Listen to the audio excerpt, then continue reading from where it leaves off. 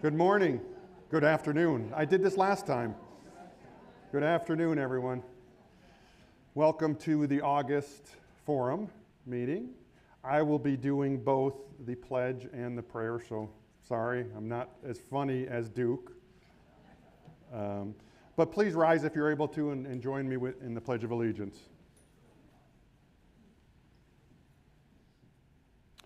I pledge allegiance to the flag of the United States of America and to the republic for which it stands, one nation, under God, indivisible, with liberty and justice for all.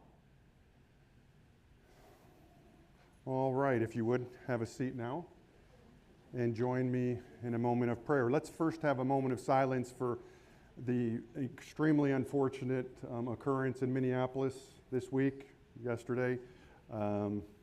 Enough said, everybody has probably heard about it and knows what took place, and it's just senseless, but let's have a moment of silence honoring those families and praying for those.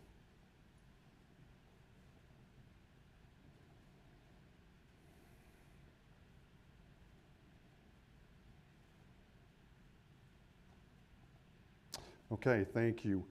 Now we'll go into prayer. Lord, thank you for bringing us together here today to give updates on the community happenings from our team members, to share stories and be in each other's presence in a safe setting. We know that nothing is truly safe at times in our world today, but because we're here out of love, caring, and compassion for each other, we feel like this is a safe place. And it is our goal as a team to make it as safe as possible for all of you and to keep all of you in our prayers at all times, and we ask that you do the same for us. So let's move on and give some great updates in the name of Jesus. Amen.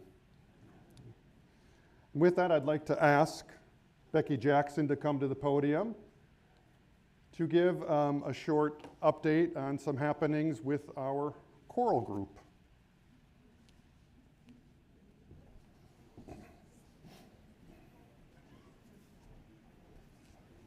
I am so excited to be able to introduce our new choral director to you all, Zach Futch, like in Dutch. We have such a good time in chorus every Thursday for rehearsal, and we do 2 concerts a year, one at Christmas time. This year will be the first week of December, and the second will be in the springtime. We're always welcome, you're always welcome to join us and have a good time making a joyful noise. And let me tell you a little bit about Zach. He grew up in Statesboro, Georgia, and he is a graduate of the Piedmont University Music Department, which is outstanding up in Demorest, Georgia. And now he serves as the Minister of Music at Dahlonega First Methodist. And he also sings with John LaForge and the Lanier Chamber Singers and has sung with groups throughout the area since coming to Piedmont. So we are so thrilled, and I want him to make a few comments for you. Yes, thank you all so much for having me here. It is just such a blessing that I'm able to come and work with you through the beauty of music. I am so convicted that 95% of everybody can sing, even when you think you cannot sing. I promise you, you can.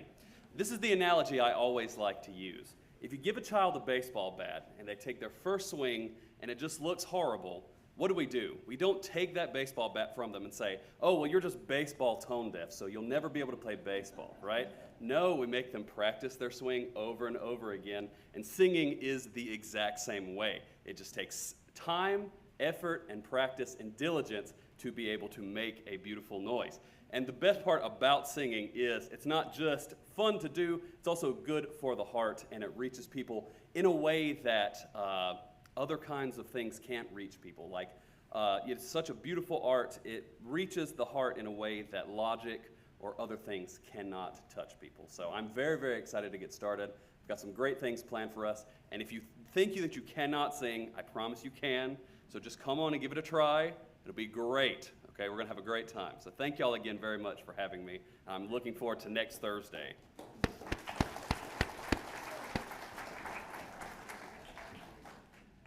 All right, thank you, Becky and Zach. I've been involved with many choral groups through my career, and the one in Vero Beach at Indian River Estates was very successful and did a great job, and I've put Zach in touch with that director there who is very talented as well, so they can share best practices. So it's going to be exciting times ahead. With that, I'd like to welcome up Stephen Anderson, our Director of Property Management.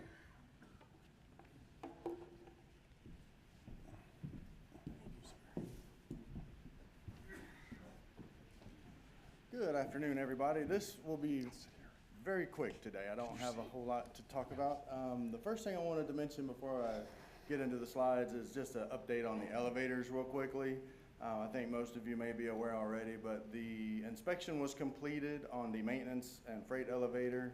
That elevator was put back into operation on Tuesday, and then Wednesday, of course, you may have seen we shut down the admin elevator to get that one started with the remod. Again, the estimated time they give me for that is 4 to 6 weeks. The last one was completed in under 4 weeks, and they were gone for a week on vacation. So I hope that we have similar results with this next elevator. A couple of other quick updates. Everybody's favorite topic, irrigation. The irrigation schedule was published on K4. We also put it on the link, and I wanted to share it here also. So this is just, I don't really want to be too specific with times for each zone because I have over 350 zones campus-wide. It would be a very, very, very long list. So I wanted to give you kind of a breakdown of when you should expect water for the most part. There are exceptions. Some of those exceptions would be the rain sensors. The rain sensors are not exactly what they sound like though. It's not necessarily just rain. So there are other reasons why it would not, it would trigger the system to not activate. Of course, the obvious is the rain, but the not so obvious is the forecast. So if there is a 60% chance of rain on any given day for a specific amount of time, 2 hours before that rain is supposed to start, the pump will shut down so that we're not wasting water when we're going to be getting natural rain. If the temperature in the summertime is below a certain threshold, it will also hold off on that pump. We actually were a little extreme with some of those requirements for the pump to shut off. But it currently runs 23 hours and 30 minutes a day, 6 days a week. So any chance I get to give it a break, I try to give it a break. Nothing is supposed to run that long. Couple of big projects that are on the forefront that are coming up. I'm currently getting bids for the west covered parking roofs to be redone. I've got 2 bids in place already. I'm going to look for 2 more minimum. I might shoot for 5 on this one because it's a pretty big project.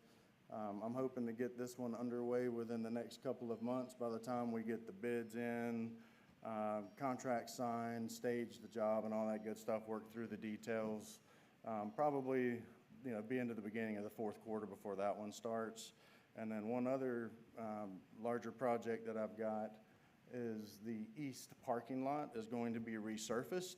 This one is going to be a little bit more challenging because of the number of cars that we will have to relocate in stages.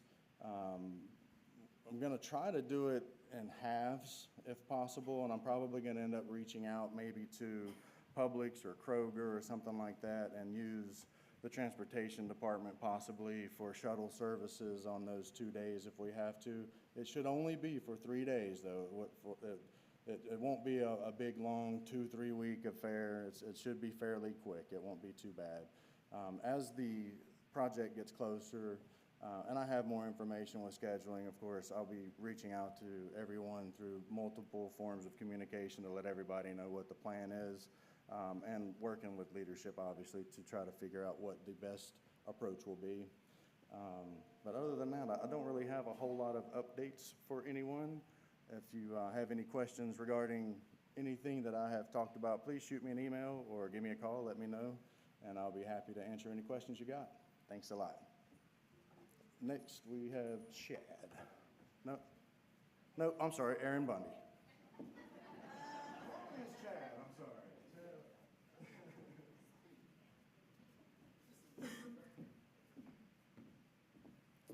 Good afternoon, everyone. I'm Aaron Bundy, Director of Security and Transportation. I have two quick notes before we get into our topic of the day today. One quick note is just please keep an eye out for scams. It's a constant threat. If there's anybody telling you you need to do this or do that or go to the bank, please don't hesitate to reach out to a staff member. It does not hurt anybody to ask an extra question. And so just approach all of that with skepticism and reach out for advice or, hey, does this look like a scam? I mean, we are always too happy to answer questions like that. But just keep that up in your mind. The other note that I have is we are experiencing a delay in shipping on RFID tags. So for the immediate future, I'm not going to be able to fix RFID sensor problems for the moment. If it's your individual tag, that's the issue. And I'll let you guys know as soon as I get in a fresh batch, and we'll resume that process. But just a quick note on that. Now, our topic of the day, this is actually a new one. This was an event that happened last week or the week before. With newer car models, a lot of the door handles are electronic. There's not a mechanical device in the handle that is unlatching and latching the door. It's electronic. There's a button, or it just senses your hand as long as the key fob is in your pocket. Similar on the inside of some of the vehicles. It's a push button, but it's like your electric window. It's a push button to unlock the door. The problem is when your battery dies, which is what happened. Okay, so a resident went, unlocked their vehicle, and there was enough juice in the battery to unlock the door. And they opened the door, got in. That last little bit was enough to kill the battery, and then they were stuck. Okay, and that was a 45-minute process that took the fire department and a lot of personnel. So that's a new issue to me. I had not heard of that one before, so I wanted to make you guys aware. If you have a similar handle, that's electronic, it's not mechanical, there are regulations that require them to have a mechanical backup to exit the vehicle. The problem is that is specific to every make and model.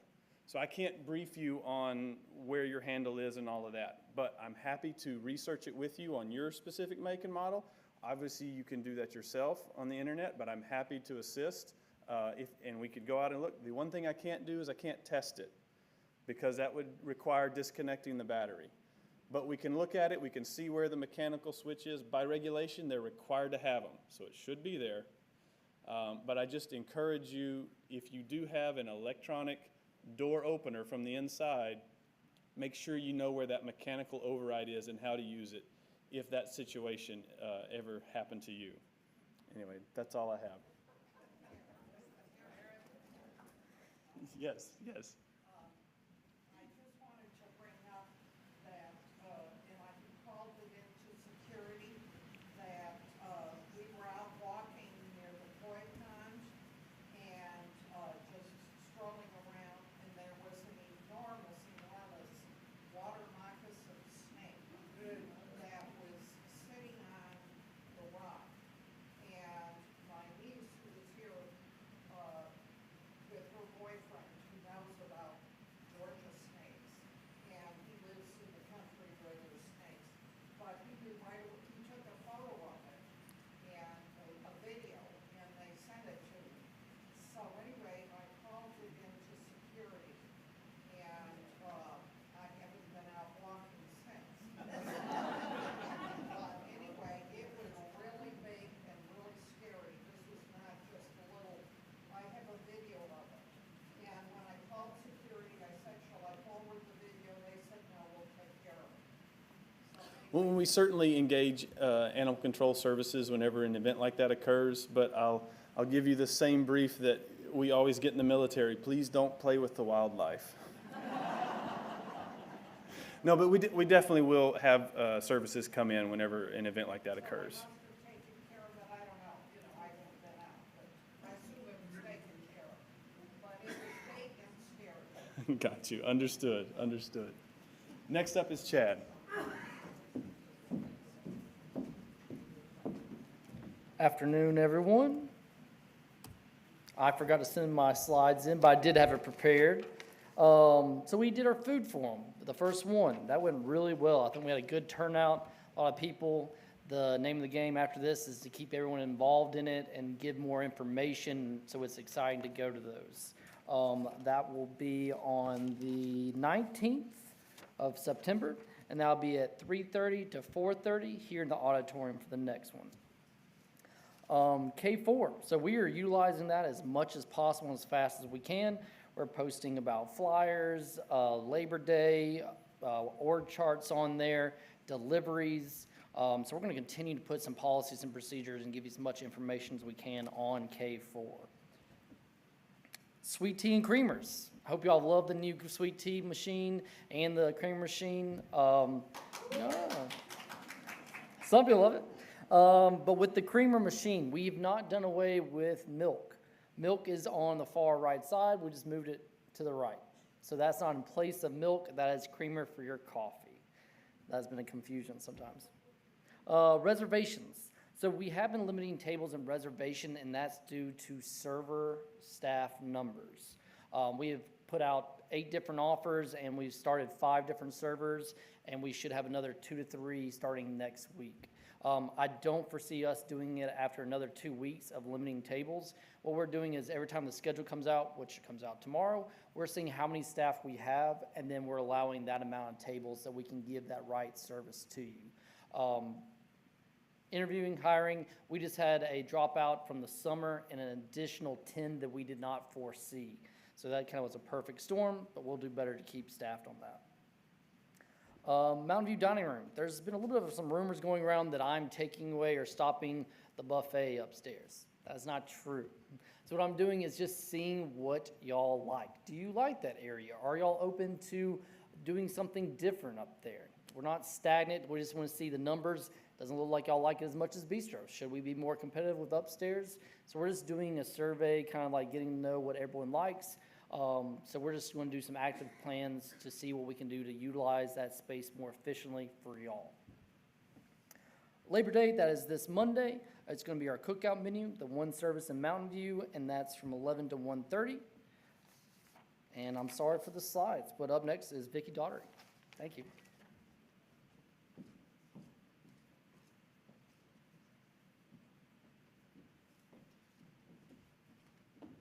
Hello, everybody. Is life not great at the good ship LVE? Who here participated in Cruise Week activities? Did you enjoy it? Captain's Cocktail was phenomenal. Thank you all for your time, for your effort, for your participation, for your support. That was a very successful fundraising event for our Samaritan Fund, so thank you. We hope to make it an annual tradition. Who shook it up with me at the Beatles concert? Yes. We are very excited. That was a wonderful concert. The band was wonderful to work with. And I know that you all are hungry for more of that level of entertainment. And guess what? Ask and you shall receive. We now have the capability to bill for tickets. As you might imagine, a band like the Beatles cover band is quite expensive. And so that kind of entertainment does not fall within my regular budget. That does not mean we can't do it. So my goal is for 2026 to see quarterly big ticket entertainment on the calendar. They will be ticketed to cover the cost of the band. So you can expect that, and I'll keep lots of information in front of you about what that will look like. Some updates around K4. Thank you all for jumping on board and using K4. Your trip brochures were posted in all of the mailrooms and on K4. So you will not see paper brochures in your mailboxes today or moving forward. It will all be on K4 and posted in the clear plastic stands in your mailrooms. I'm also making sure they go to Brenda Bahel, who is very thank you to her if she's in the room for joining our Life Engagement Committee. She'll be putting them in the East kiosk. If you are not using K4 yet and you need to get on K4, please reach out to our IT team. If you have K4 and you're having difficulty navigating it and want to sign up for a trip or a program, please do not hesitate to reach out to myself or Sue. We are very happy to sign you up on our end because we want you to continue to participate in all of our trips and campus activities, and we do not want this move towards K4 to slow that down. We are in a transitional phase. We understand that, so please reach out to us for help. The other one thing that I wanted to talk to you about is when you're in K4 and you're looking at the notices, for all of our programs, there is an attend button, okay? That does not mean you need to use it. The only time you need to use the attend button is if I've put notification on the calendar, on the link, or K4 that an event requires sign up. We've had some confusion around that, and I'm working with the K4 team to see if there's a way that I can control whether or not there is an attend button. But as of right now, that's how it functions. So just pay attention to your calendars, okay? We want to make sure that you have the information. These paper calendars, do not toss them out. They have information about everything that's happening, both from a life engagement perspective and resident-driven activities, movies, and birthdays. Hold on to these and make sure you're referring to them, and use K4 as a tool. And if you need assistance on K4, please do not hesitate to reach out to us. We have lots of fun activities coming up for the month of September, and you should see calendars in your boxes tomorrow. Thank you very much and have a wonderful day. All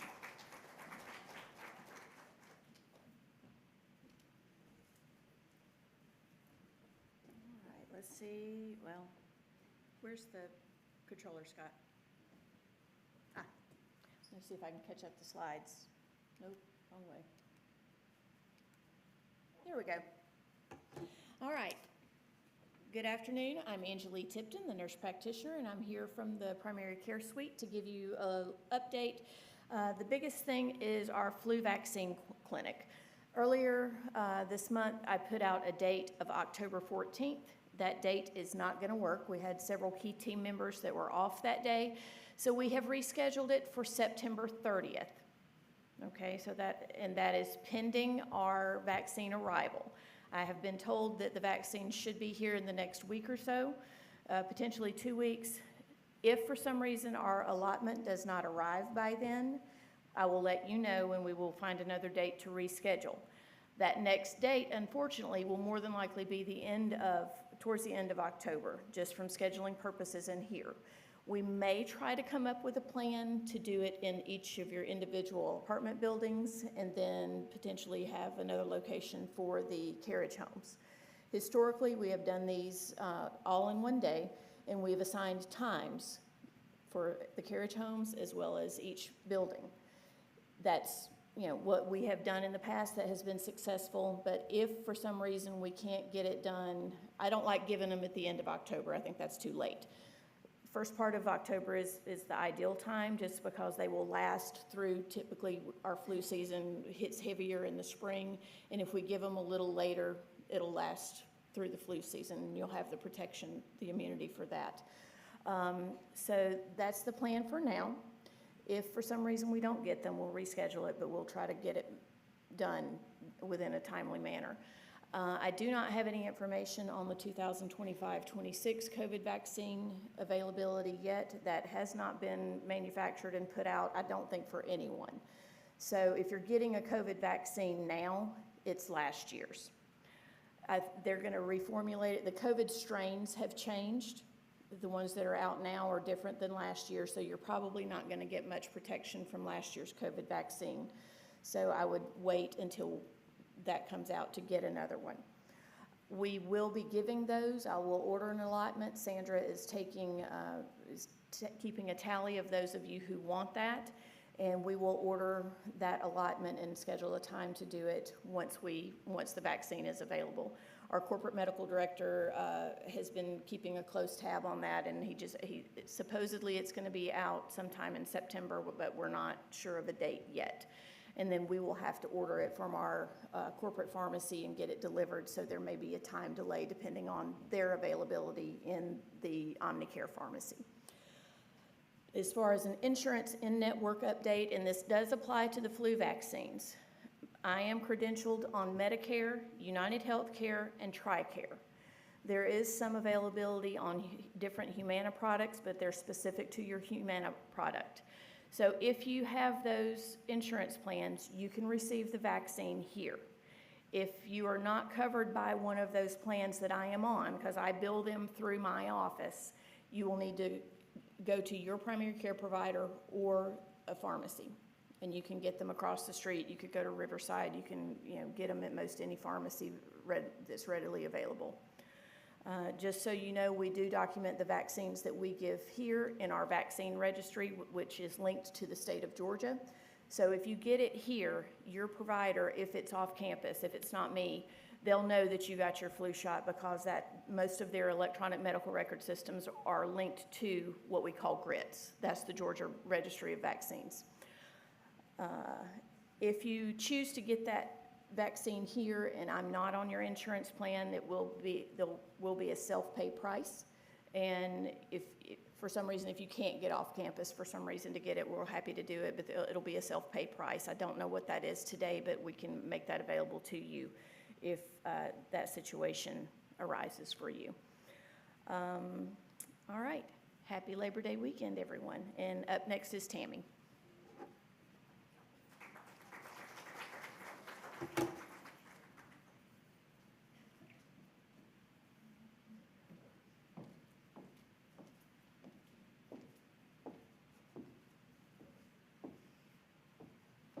Good afternoon, everyone. I'm Tammy Stitt, the administrator of WBC and OBT.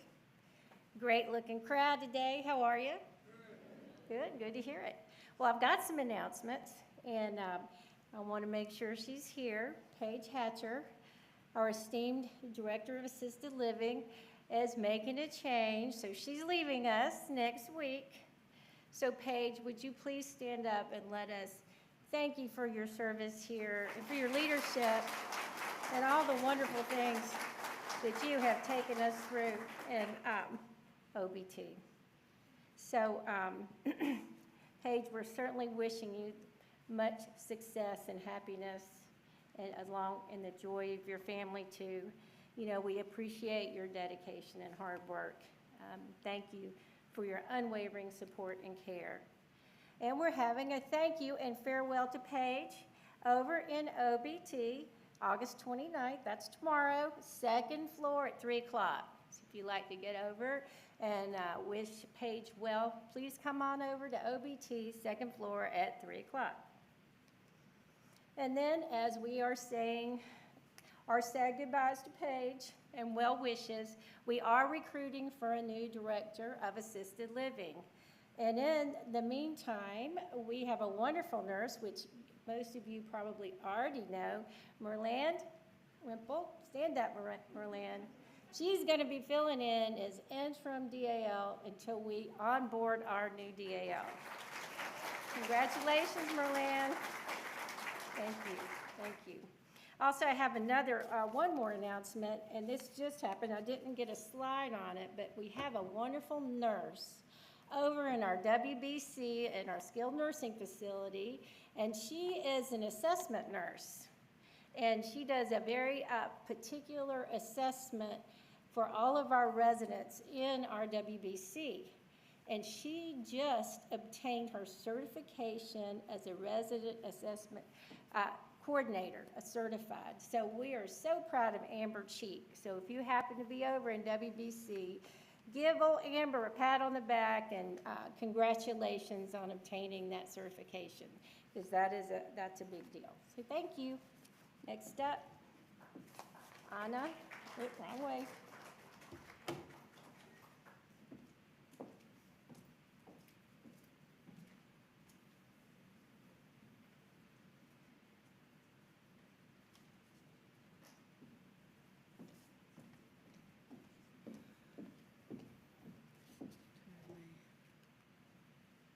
Go. Hello. Afternoon, John, is this good? We want to encourage all of our residents here on our sustainability practices. So yesterday, Scott and I had pretty much most of the day meeting with Axe Corporate around their sustainability practices and what's that will look like moving into 2026 and beyond. So we want to continue encouraging that sustainability both individually and within our community. All of the little things we do add up and contribute to a better world. Can anyone here guess how much we spend annually on paper products? Right, so last year it was upwards of $200,000. So that includes all of the paper we print, all of the paper we distribute, as well as the paper products we use in our restaurant and dining. So we really ask that anything we can do to support using the green containers. I saw Donna this morning, she had her basket with her green containers, hi Donna, and her own mug. So bringing a mug for drinks as well helps with us eliminate using those paper products. And we'll work as a culinary team to find ways that we can be creative in providing wonderful service and opportunities for to-go containers that are more sustainable and financially friendly. So also, you're bringing the coffee mug, and then also going digital. Moving to K4 and utilizing that app has helped us quite a bit to mitigate printing and distributing papers all around campus. But we want to make sure that everyone feels informed and included. So we will continue to post on our new little shelves in the mail rooms. We'll continue to post our updates and announcements. Vicki will continue to post the calendars. But just know that all of that information will also be posted in K4. And typically we also put a line on the link as well, so that goes out every day. But I'm working with our teams, hospitality teams, to make sure that all of our departments are posting on that K4 app. So tune in for all of the updates. We are doing our tech cafes, so every other Wednesday we'll be doing ongoing tech cafes, and that's with Ethan, Jay Lieberman, and Ray Sharp. Thank you to both of them for helping us out with that. And Vicki and our team will pop in there as well. They'll be in the meeting room right down the hall here. And any tech-related questions you have, I mean, we want to talk about K4, but we'll also talk about Axe TV and Echo devices and any of your own individual technical devices as well.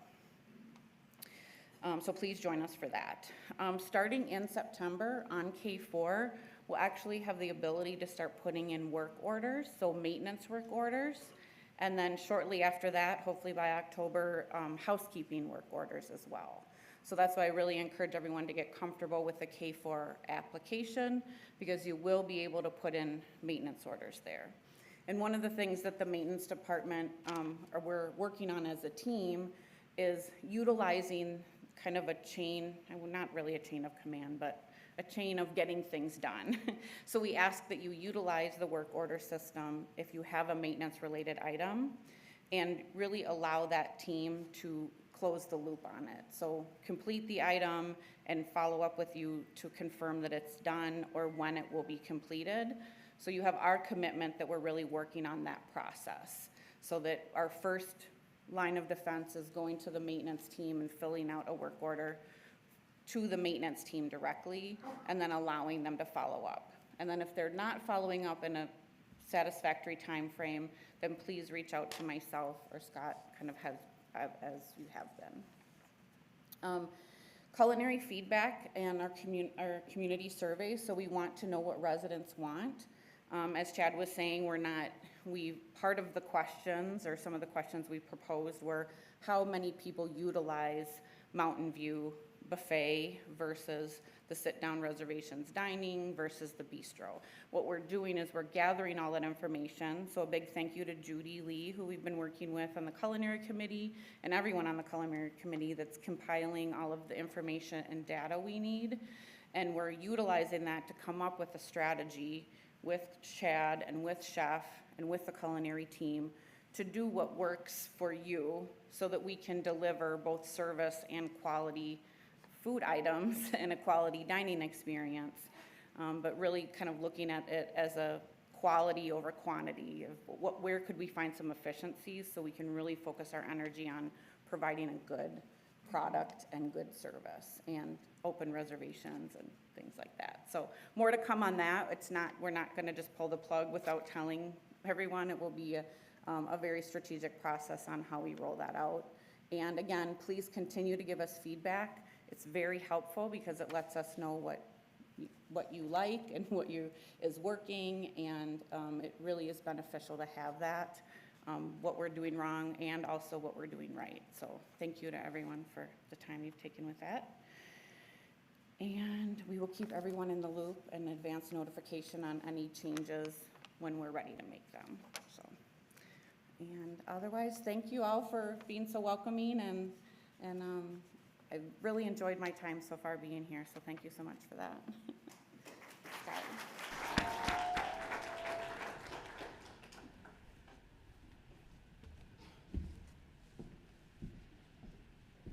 All right, thank you, Anna. It's off, good. They did mic me up this time. I'll share this. And John warned me that it's going to be on at all times, so if I was to go in the restroom, I better be very careful and shut it off myself. Luckily, I haven't had to go to the bathroom. All right, so a couple of spiritual life updates from Duke. Living Well, Leaving Well, the End of Life Seminar coming up. It is September 15th and 16th from 10:30 to 10:30 and 1:30. So at 10:30 on the 15th will be Libby Donahue talking about advanced directives and 5 wishes. And then at 1:30 on the 15th will be Alex Matthews just talking about funeral home arrangements and planning, etc. And then on the 16th, we will have Anna Orkins, an attorney, on legal matters at 10:30 on the 16th, and Chaplain Duke will close out. I imagine that means 1:30, memorial planning on his slide here. So just be on the lookout. Try to make it if you can. It's always good to be prepared, and I know you've all done a lot of preparing already, but it wouldn't hurt to get some other information. Bingo. So I noticed in the link a couple of weeks ago that they needed volunteers, bingo callers. So I reached out to Gabby and said I would be willing to do it. So I have sat through one bingo and lost as I was being trained, sitting next to 102 and 103-year-olds, Hilda Bell and Ruth Heinmiller. They did wonderful. I just had a blast. So I'll be doing it twice a month, and Anna heard about it, and she's going to do it the other 2 Mondays a month. So we'll be up in OBT having some fun with our residents up there.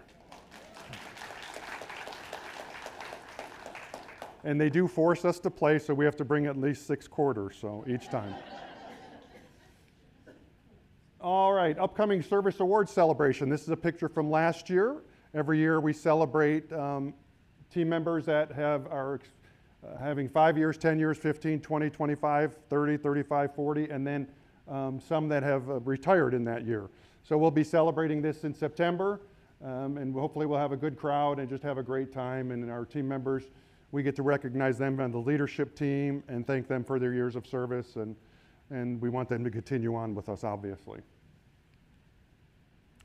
So America's Best, I asked you all to take this survey or consider taking it. It's about continuing care retirement communities, and it would put us in line to possibly be considered for one of the best in America. Several have taken it so far, I know, and I've gotten a couple of emails about something that comes after the fact. After you take the survey, you get an email from this Statistica research at ccr@ranking.statisticaresearch.com, and it asks you to validate email. So a very wise resident asked me if this was a possible scam, and I sent it on to our corporate team, and they said it is not, that it is okay to click on that to validate the email if you get this. So just be on the lookout. But if you see anything unusual, I've had a couple that has struggled with doing the survey or not going to the right survey, but it has worked out. So please consider taking it, and hopefully we'll get some good results from it. Scam that Aaron talked about, which he and I both talk about often, This particular isn't one in particular, but high loss scams typically start with a fake story that gets your attention with one or a combination of lies. I forget about this little TV, John. Why didn't you remind me? Lie number one, someone is using your accounts. That will get you to do something normally, right? If you think someone's using your accounts, they can talk you into doing something. Lie number two, your information is being used to commit crimes. That's going to raise a flag to you, and you'll probably do something. Lie number three, there's a security problem with your computer. That scares you. What do I need to do to make my computer secure? And you'll listen to them and maybe do some things you shouldn't do.